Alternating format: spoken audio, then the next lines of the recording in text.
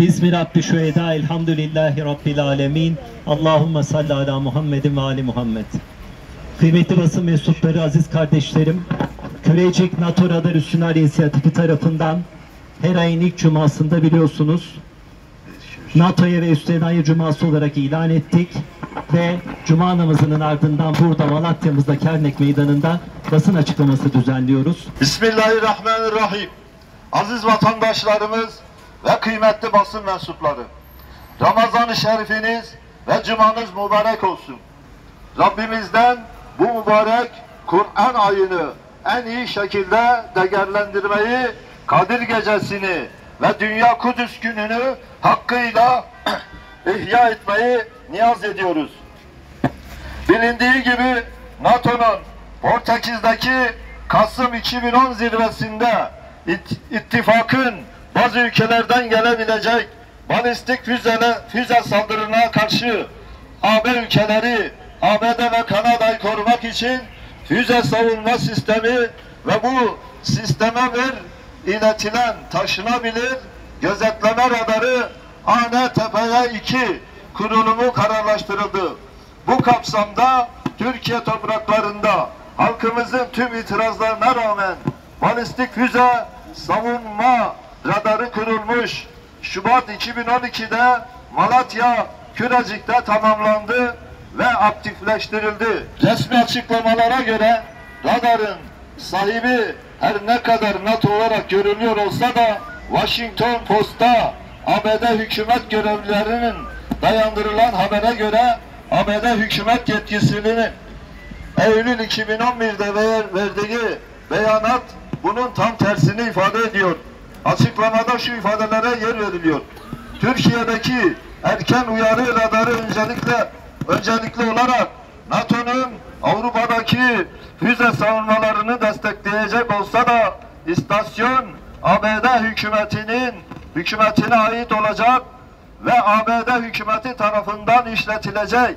ABD ordusu İsrail'de benzer bir radar istasyonu işletiliyor ve Basra Körfezi'ne yakın bir yere bir tane daha yerleştirmeyi düşünüyor. 2011'de Obama yönetiminden üst düzey bir yetkinin yaptığı bu muhtemelen ABD ile Türkiye arasında son 10-15 yıldır alınan ve büyük stratejik karardır.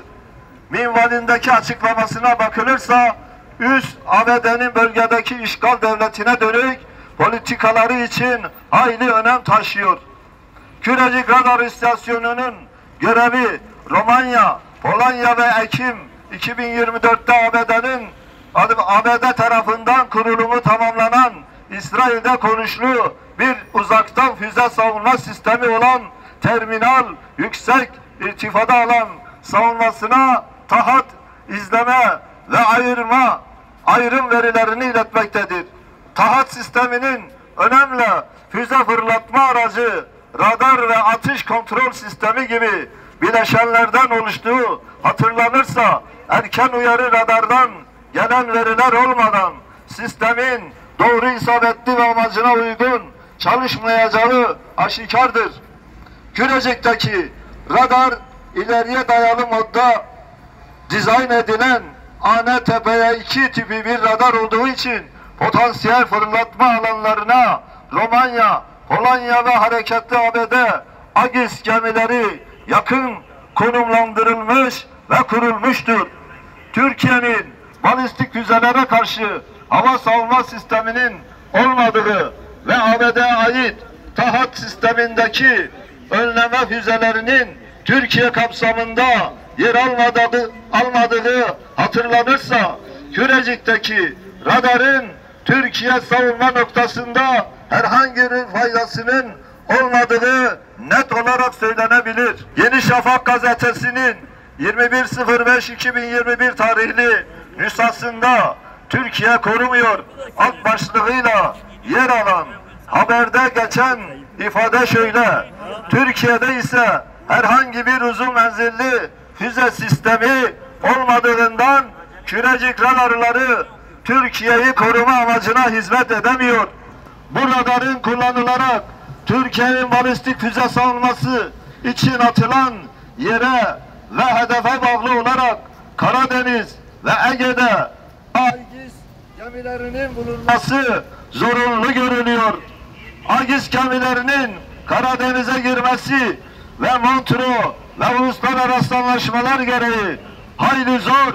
Bu şartlar sağlansa dahi Türkiye'ye olası bir füze atılması durumunda gemilerin mesafesi nedeniyle bölgesel bir savunma yapılmasına olanak tanımıyor. Ki Romanya ve Polonya'daki sabit savunma füzeleri Aigis sisteminin menzili sadece Türkiye'nin batısına ulaşabiliyor.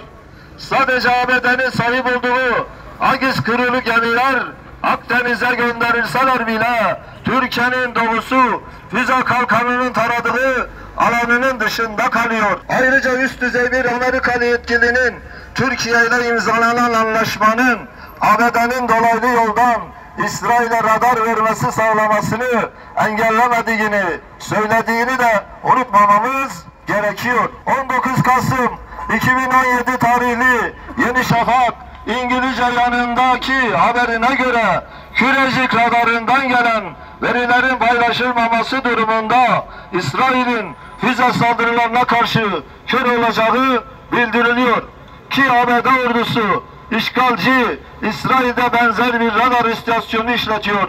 Fakat bu radarın kapsama ve füze tespit menzilli 1000 kilometre olduğu için herhangi bir ülkeden fırlatılacak balistik füzeleri anında tespit edemiyor.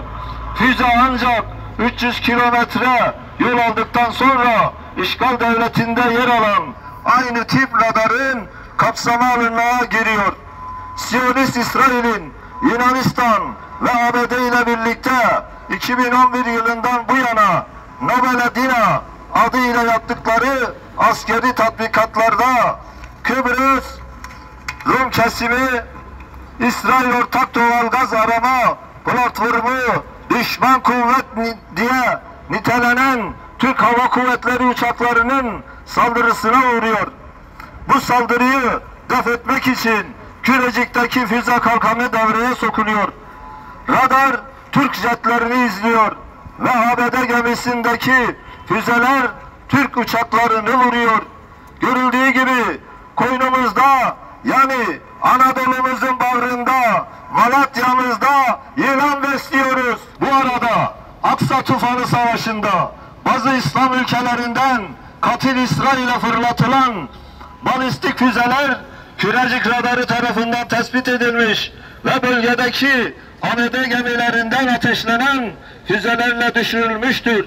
O yüzden hükümet bu yanlıştan dönmeli, ülkemizi bir an önce Kürecik NATO radarı ayıbından kurtarmalı ve bu radarı söküp atmalıdır. Muhterem vatandaşlarımız ve değerli basın mensupları, Siyonist İsrail'in Gazze'de ateşkesi ilan etmesini, kardeşlerimizi katletmeyi sürdürmesini ve Batı Şeria'da işgal ve zulmünün artırmasını şiddetle lanetliyoruz.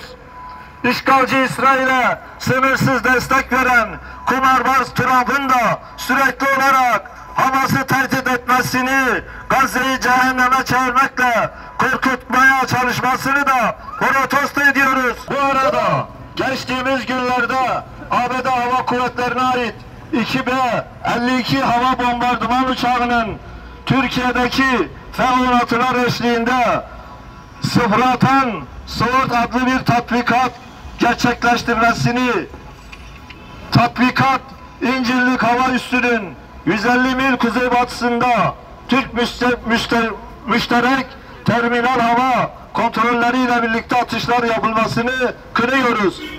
ABD aynı tatbikatı Siyonist İsrail ordusu ile de gerçekleştirdi. Bu tatbikatlar ABD ile korsan İsrail'in çok yakında Gazze, Lübnan ve Yemen'e yeni saldırılar başlatacağının habercisidir.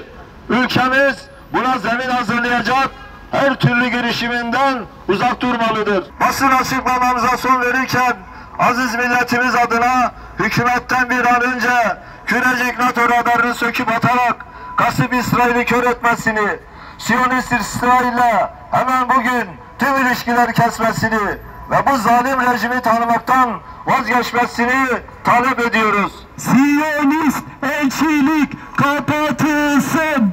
Siyonist elçilik kapatılsın. Siyonist elçilik kapatılsın.